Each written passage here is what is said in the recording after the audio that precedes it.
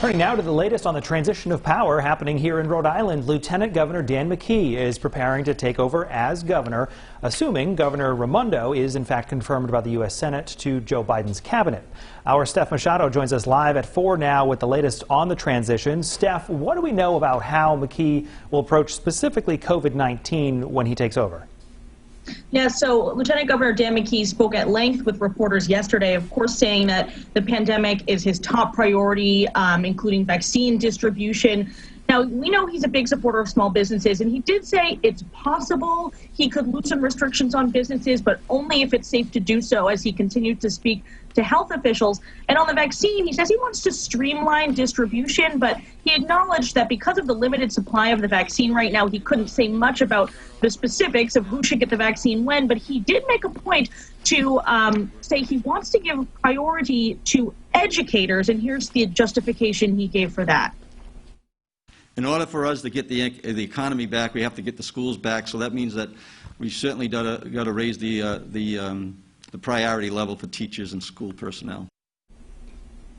And at the moment, those school personnel are listed in phase 2 of vaccination as it stands right now. So, Steph, we have a better sense of what his priorities will be in terms of tackling the pandemic. But what's next with the transition? And do we even have a sense of when he's going to be taking over?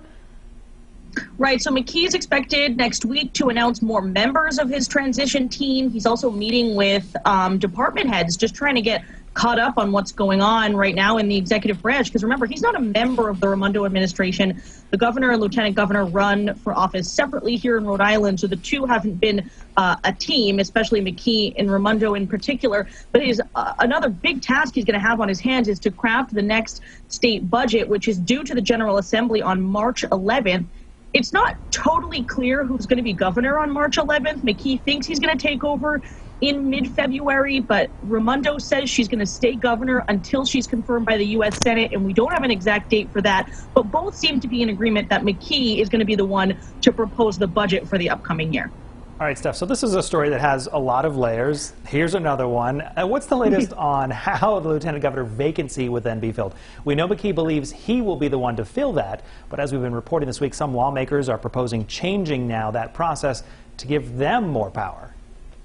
Right, so there has been a couple of bills in the House proposed that would either give the General Assembly the power to fill the vacancy or perhaps hold a special election so that voters can decide. But my understanding from speaking to folks on Smith Hill is that the House is not going to take up those bills before McKee becomes governor. But there is a new development this afternoon, which is that Senate leadership believes that their interpretation of the Constitution is that McKee can pick the new lieutenant governor, but that the Senate will get confirmation power, advice and consent over that pick. And the reason this is a little bit confusing is because this is the first time the lieutenant governor position has been vacant since the Constitution was amended in 2004. So this is all sort of being worked out by lawyers and whatnot, but that's the current interpretation of how things are going to go. McKee says a lot of people have expressed interest to him in getting the job, and he's going to be vetting all the candidates.